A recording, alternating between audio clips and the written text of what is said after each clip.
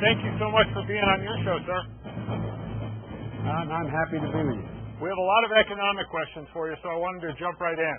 Okay. All right, fire away. Leslie Bennett writes in saying many of her colleagues at Lockheed Martin were certain that a Democratic win in the White House was going to mean budget cuts for NASA and other science-based research. The aerospace industry, she writes, in Colorado is big, so budget cuts could mean the loss of many jobs here. Where does NASA's budget fall on your priority list? Absolutely the opposite. I was just down in Florida, and we were talking about what we're going to do, how we're going to pump and we're going to make jobs available within the space program. We think there should not be this hiatus piece between the present vehicle we have and the new vehicle. We think we should be investing right now. John McCain's the guy that's going to interrupt this flow. So the fact of the matter is the people of Boeing, as they relate to our NASA program, will do much better under Barack Obama and Joe Biden than they're going to do under John McCain, and he is so stated.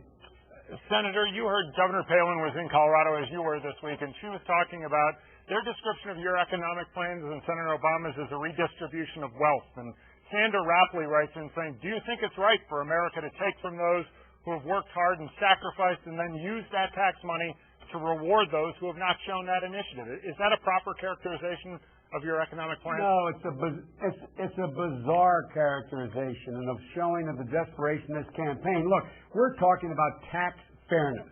The only people who redistributed the wealth have been the McCains and the Bushes over the last 8 years, giving all the tax breaks to the very wealthy. The vast majority go to people in the top 1%, the largest corporations in America. And now John wants to double down on that and have $300 billion a year more, leaving the middle class behind. Every independent study shows we give tax breaks to the middle class.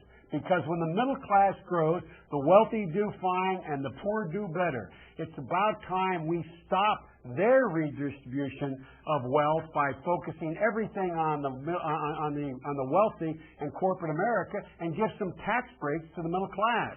And this is just a desperate attempt on their part to avoid talking about what are they going to do for the middle class. What are they going to do for the middle class? They're getting killed. Senator Kathy Locke writes in saying she hears there's talk of another stimulus package, and she'd like your opinion if you think it'll help the country.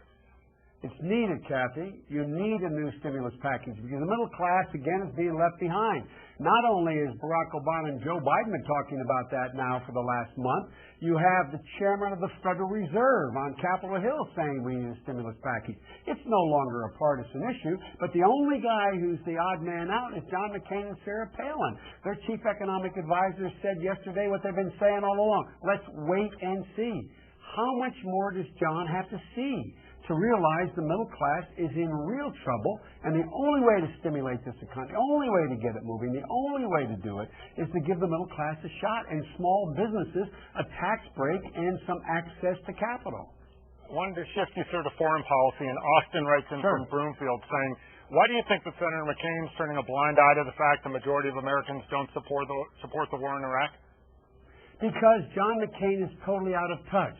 John McCain said when we went into Iraq, he said we were going to be greeted as liberators. He said this war would not last that long. He wants to continue to spend indefinitely $10 billion a month when they have a $79 billion surplus. Even President Bush has finally arrived at the conclusion that Barack Obama has been pushing for almost 2 years. Set a timeline.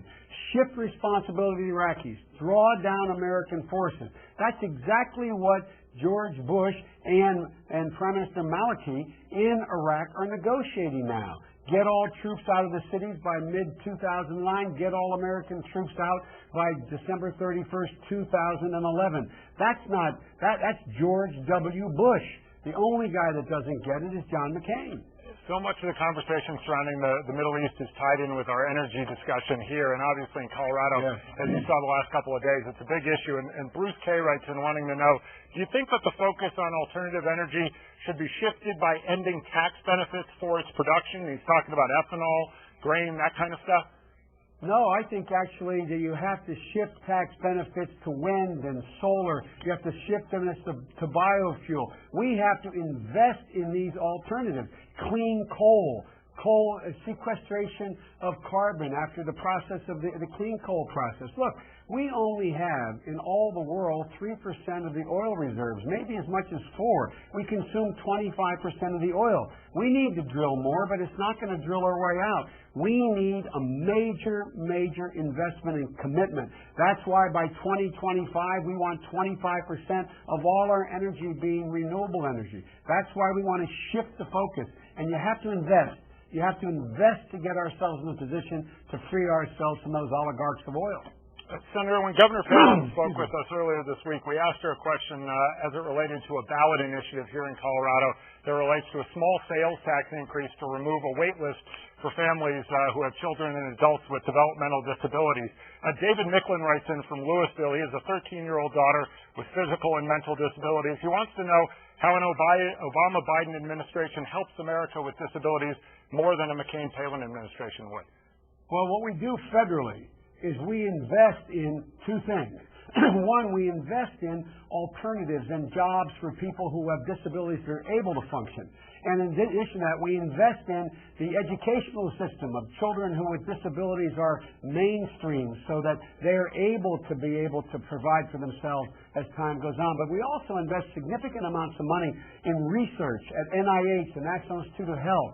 We think it's critically important that we reach out to those with developmental disabilities in order to be able to allow them to be able to live productive lives and to help those families. We also think it's important for families who have to stay home with children with disabilities that they be able to have leave and be able to have up to a week's paid leave to be able to do that. There are crises that occur in families like that. So we focus significantly on dealing with those families that are dealing with these very difficult problems. And to the best of my knowledge, I've not heard anything coming from the McCain campaign. There may be something I didn't hear about, but John's record in voting for this kind of thing has not been very good. There's been a lot of concern here economically, as there has been throughout the country. And Bob Hoffman writes in saying, given the credit card debt of so many today in this economic crisis, would your administration consider a tax deduction on the interest charges that are so ever increasing, his words, and killing us today? Well, they are killing people right now. And look, here's the deal. We think we should change the bankruptcy laws.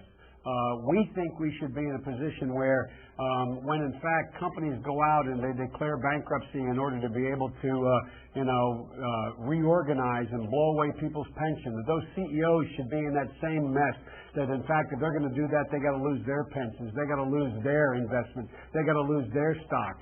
So we got to start treating people fairly. And the whole notion here is we've got to make it available for people to be able to go out and get credit in order to keep their homes. And that's why we focus so much on home foreclosures and Main Street and helping small businesses be able to get the income the capital they need to keep their employees and have inventory. So the focus should be on growing the economy and treating people fairly when they find themselves in a crunch.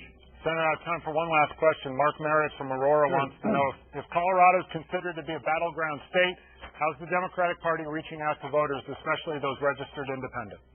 The way we're reaching out to voters is trying to get our message to those independents that we, in fact, think the economy grows when the middle class grows. We think it's critically essential that people be able to keep their health insurance, that they don't go the route of John McCain wanting to tax your health care. We think it's critically important that we shift the responsibility to tax breaks from companies who take jobs abroad to companies who keep jobs here. In Colorado, we particularly think it's important that we invest in energy. We invest in, like your governor is, like your state is, investing in alternative energy, renewable energy. So we think it's all about jobs. It's all about dignity and respect for people who are just struggling to hang on right now. Senator Joe Biden, thank you so much, sir, for being with us on your show. Thank you. Appreciate it.